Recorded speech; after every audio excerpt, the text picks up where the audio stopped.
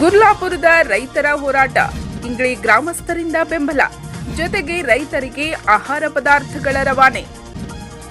ಕಳೆದ 7 ದಿನಗಳಿಂದ ಗುರ್ಲಾಪುರ್ ಕ್ರಾಸ್ನಲ್ಲಿ ರೈತರು ಕಬ್ಬಿನ ಬೆಲೆ ಘೋಷಣೆಯ ಕುರಿತು ಪ್ರತಿಭಟನೆ ನಡೆಸುತ್ತಿದ್ದು, ಚಿಕ್ಕೋಡಿ ತಾಲೂಕಿನ ಇಂಗ್ಳಿ ಗ್ರಾಮದ ರೈತರಿಂದ ಪ್ರತಿಭಟನೆಗೆ ಬೆಂಬಲ ವ್ಯಕ್ತಪಡಿಸಿದ್ದು, ಪ್ರತಿಭಟನೆಯಲ್ಲಿ ರಸ್ತೆಯಲ್ಲಿ ಕುಳಿತಿರುವ ರೈತರಿಗೆ ಆಹಾರವನ್ನು ರವಾನಿಸುವ ಸಲುವಾಗಿ ಅವರ ಮನವಿಗೆ ಸ್ಪಂದಿಸಿದ ಹೊಸ ಇಂಗ್ಳಿ, ಮಾನೇವಾಡಿ, ಜಾಧವ್ವಾಡಿ, ಗಣೇಶ್ ನಗರ ಪರಿಸರದ ರೈತರು ಪ್ರತಿ ಮನೆಯಿಂದ ರೊಟ್ಟಿ ಮತ್ತು ಪಲ್ಯ ಸಂಗ್ರಹಿಸಿ 10,000 ರೊಟ್ಟಿ ಮತ್ತು ಪಲ್ಯವನ್ನು ಶಾಂತಿನಾಥ್ ಜುಗುಳೆ ಇವರು ಟ್ರ್ಯಾಕ್ಟರ್ ವ್ಯವಸ್ಥೆ ಮಾಡಿ ಅವುಗಳಲ್ಲಿ ಆಹಾರ ತುಂಬಿಸಿ ಶ್ರೀರಾಮ್ ಸರ್ಕಲ್ ಯುವಕ ಮಂಡಳ, ಬಸವೇಶ್ವರ ಸರ್ಕಲ್ ಯುವಕ ಮಂಡಳ, ಶಿವಾಜಿ ಸರ್ಕಲ್ ಯುವಕ ಮಂಡಳ, ಹನುಮಾನ್ ದೇವಸ್ಥಾನ ಯುವಕ ಮಂಡಳ, ಲಕ್ಷ್ಮೀ ದೇವಸ್ಥಾನ ಯುವಕ ಮಂಡಳ, ಹರಳಯ್ಯ ಸಮಾಜ, ಅಂಬೇಡ್ಕರ್ ಸರ್ಕಲ್ ಯುವಕ ಮಂಡಳ, ವಿಠಲ್ ಬೀರ್ದೇವ ಯುವಕ ಮಂಡಳ, ಇಂಗ್ಳಿ ಗ್ರಾಮ ಪಂಚಾಯಿತಿ ಮತ್ತು ಗ್ರಾಮಸ್ಥರಿಂದ ಪ್ರತಿಭಟನಾ ಸ್ಥಳಕ್ಕೆ ಕಳುಹಿಸಿ ಪ್ರತಿಭಟನಾ ನಿರತ ರೈತರಿಗೆ ಆಹಾರವನ್ನು ನೀಡಲಾಯಿತು.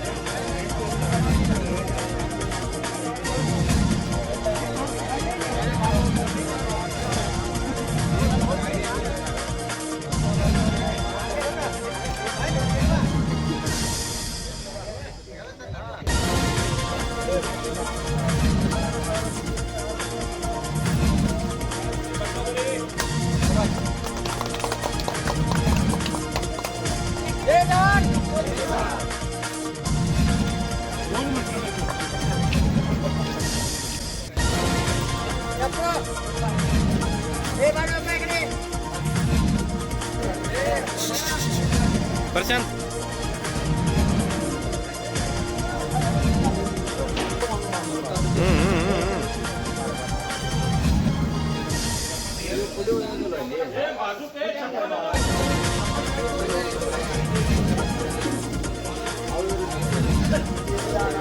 डबे हाक डबे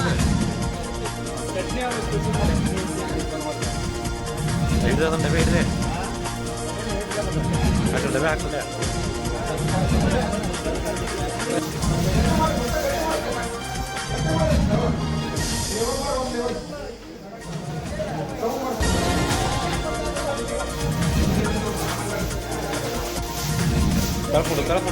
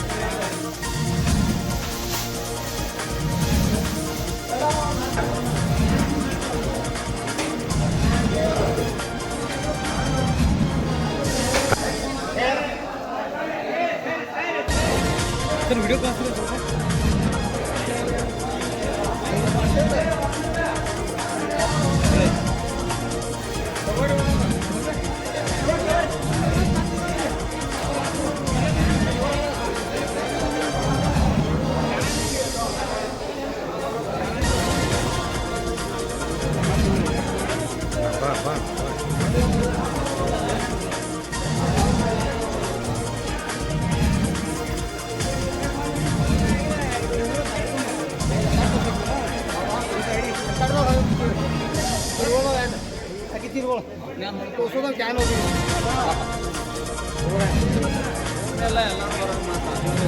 ಜರ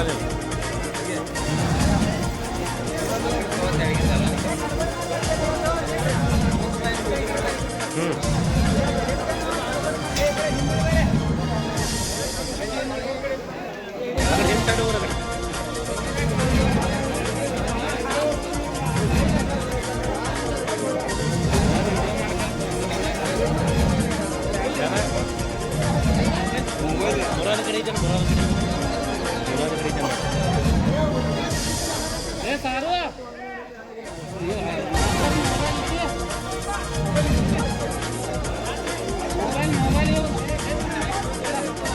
ಯೂಸ್ ಮಾಡ್ರಿ ಫೋನ್ ಹತ್ರ ಅದಕ್ಕೆ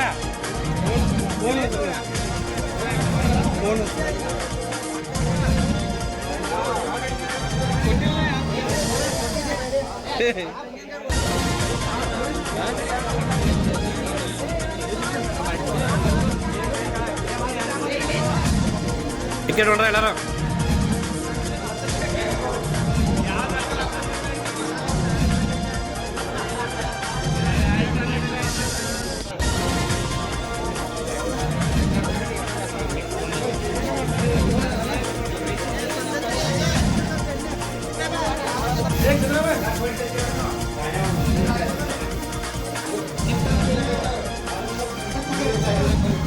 ಅದರಲ್ಲಿ ಅದನ್ನ ತೆಗಿಡಿದೆ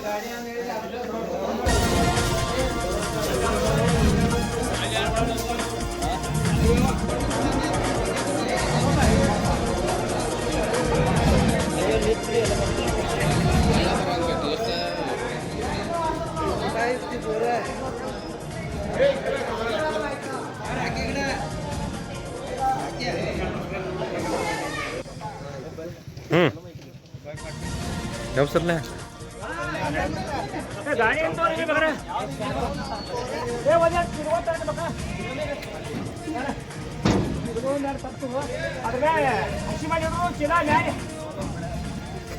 ಈ ಉಪಕ್ರಮವು ಅಲ್ಲಿಯ ರೈತರ ಉತ್ಸಾಹವನ್ನು ಇನ್ನಷ್ಟು ಹೆಚ್ಚಿಸಿತು.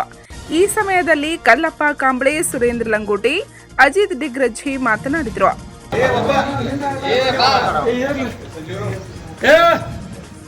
ಎಲ್ಲರಿಗೂ ಮುಂಜಾನೆ ನಮಸ್ಕಾರದೊಂದಿಗೆ ಇವತ್ತಿನ ದಿವಸ ನಮ್ಮ ಚಿಕ್ಕೋಡಿ ತಾಲೂಕಿನ ಇಂಗ್ಳಿ ಗ್ರಾಮದ ವತಿಯಿಂದ ಏನು ನಡೀತಕ್ಕಂಥ ಗುರ್ಲಾಪುರ ಕ್ರಾಸದಲ್ಲಿ ರೈತರಿಗೆ ಕಬ್ಬಿನ ಬೆಲೆ ಬೆಂಬಲಕ್ಕಾಗಿ ಅವರ ಒಂದು ಹೋರಾಟದ ಜನರಿಗೆ ಇಂಗ್ಳಿ ಗ್ರಾಮದ ವತಿಯಿಂದ ನಾವು ಇವತ್ತಿನ ದಿವಸ ಊಟದ ವ್ಯವಸ್ಥೆಯನ್ನು ಮಾಡಿರ್ತೇವೆ. ಆ ಒಂದು ಹೋರಾಟದ ನಮ್ಮ ಗ್ರಾಮದ ಸಂಪೂರ್ಣ ಬೆಂಬಲ ಇರ್ತದೆ. ಈಗಾಗಲೇ ನಮ್ಮ ಗ್ರಾಮದ ವತಿಯಿಂದ ಅನೇಕ ಬಾರಿ ರೈತರು ಹೋಗಿ ಬಂದಿರ್ತಾರೆ. ಆ ಧರಣಿ ಕಾರ್ಯಕ್ರಮದಲ್ಲಿ ಭಾಗವಹಿಸಿ ಇವತ್ತಿನ ದಿವಸ ನಿನ್ನೆ ಕೂಡ ಇಂಗ್ಳಿ ಗಾರ್ಡನ್ನಿಂದ ಊಟದ ವ್ಯವಸ್ಥೆ ಮಾಡಲಾಗಿತ್ತು.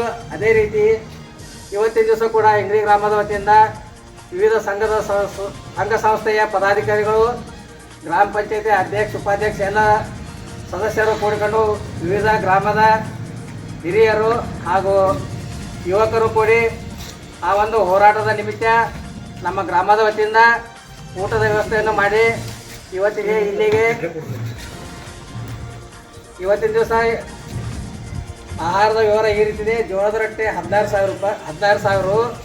ಸಜ್ಜೆ ರೊಟ್ಟಿ ಒಂದು 3,000, ಚಪಾತಿ ಒಂದು 1700, ಶೇಂಗಾ ಚಟ್ನಿ ಒಂದು 21 ಕಿಲೋ, ಉಪ್ಪಿನಕಾಯಿ 12 ಕಿಲೋ, ಬದನೆಕಾಯಿ ಕಾಯಿಪಲ್ಯ ಹಾಗೂ ತೊಗರಿಬೇಳೆ, ಹೆಸರು, ಕಾಯಿಪಲ್ಯ, ಮೊಸರ ಒಂದು ಕ್ಯಾನ್ ಕೊಟ್ಟಿದ್ದಾರೆ.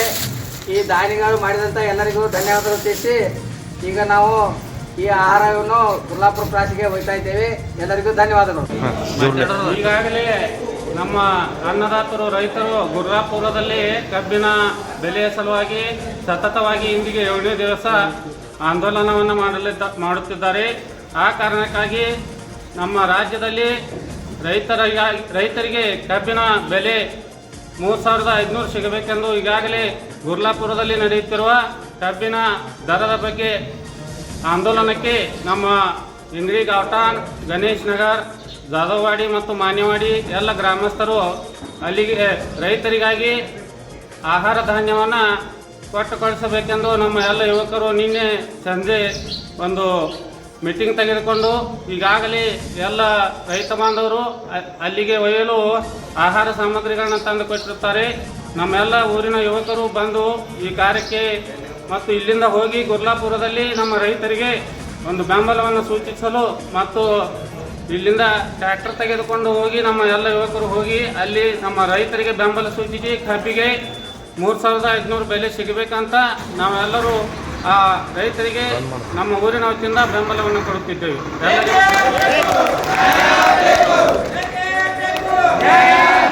ಅನ್ನದಾತ ಸಂಯಮಿ, ಅವನಿಗೆ ಯಾವಾಗಲೂ ಬೇಡಿ ಗೊತ್ತಿಲ್ಲ, ಕೊಟ್ಟು ಗೊತ್ತು ಅವನಿಗೆ. ಅನ್ನದಾತ ಜಗತ್ತಿಗೆ ಅನ್ನ ಹಾಕ್ತಾನೆ. ಆದರೆ ಇವತ್ತು ಅನ್ನದಾತನಿಗೆ ಸಾಲದ ಸಂಕಟ, ಅನೇಕ ಪ್ರಕಾರದ ತೊಂದರೆಗಳು ನಿರ್ಮಾಣ ಆಗ್ತಿದೆ. ಕಾರಣ ರೈತರಿಗೆ ಸರಿಯಾದ ಬೆಂಬಲ ಬೆಲೆ ಸಿಗ್ತಾ ಇಲ್ಲ. ಜನರಿಗೆ ಅವರವರ ಜೀವನ ನಡೆಸೋದು ಕಷ್ಟ ಆಗಿದೆ.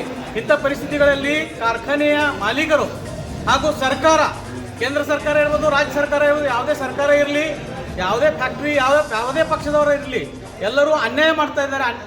ರೈತರ ವಿರುದ್ಧ ಅವರು ತಟ್ಟಿ ನಿಂತಿದ್ದಾರೆ. ಈಗ ರೈತರು ಒಂದಾದರೆ ನೀವು ಎಲ್ಲಿ ಉಳಿಯೋದಿಲ್ಲ.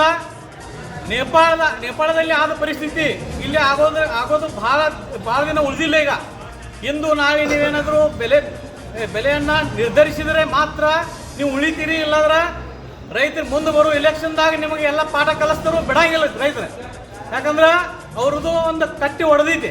ಅವರು ಸಹನ್ ಎಷ್ಟು ಮಾಡಬೇಕಷ್ಟು ಸಹನ್ ಮಾಡಿ ಈಗ ಅವ್ರದ್ದು ಕಟ್ಟಿ ಹೊಡೆದೈತಿ. ಅವ್ರೀಗ ಇನ್ನು ರಸ್ತೆ ಮ್ಯಾಗ ಬಂದರು ಅಂದ್ರೆ ನೀವು ಜಡ್ ಇಲ್ದ ಓಡಬೇಕಾದೈತಿ. ಇಷ್ಟು ಒಂದು ನಿಮ್ಗೆ ಸಲಹೆ ಕೊಡ್ತೇನೆ.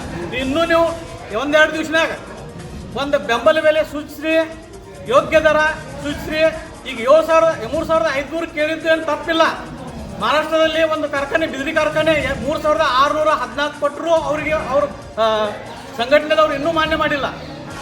ಅಂಥ ಪರಿಸ್ಥಿತಿಯಲ್ಲಿ ಕರ್ನಾಟಕದಲ್ಲಿರುವಂಥ ಕಾರ್ಖಾನೆಗಳಿಗೂ ಅದೇ ನಿಯಮ ಅನ್ವಯ ಆಗುತ್ತದೆ. ಅದೇ TRP ಅನ್ವಯ ಆದರೂ ಕೂಡ ನೀವು ನ್ಯಾಯ ಬೆಲೆ ಕೊಡ್ತಾ ಇಲ್ಲ. 3,500 ಭಾಳ ಅಲ್ಲ, ಕಡಿಮೆ ಕೇಳ್ತಾ ಇದ್ದಾರೆ.